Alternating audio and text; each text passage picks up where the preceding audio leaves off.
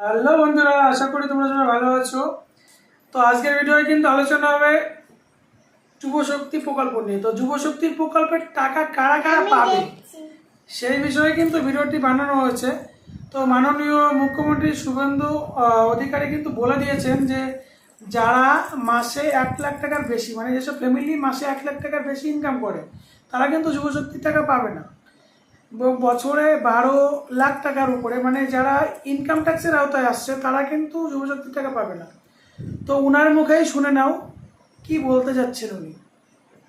1 লক্ষ টাকার বেশি রোজগার করেন, ইনকাম ট্যাক্স পেই, তারাই এই সুযোগ পাবেন না। আমার যুবক ভাইরা, আপনাদের জন্য আমরা আছি। 3,000 টাকা করে অক্টোবর মাস থেকে পাবেন গ্র্যাজুয়েট যুবকরা।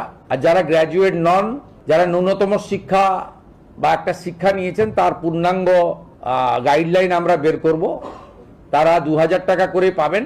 এক্ষেত্রে বাজেট বইতে যেটা আছে সেটা হচ্ছে মাসে যারা 1 লক্ষ টাকার বেশি রোজগার করেন, ইনকাম ট্যাক্স পেই, তারাই এই সুযোগ পাবেন না। এটা বছরে নয়, এটা ক্লিয়ার করতে চাই।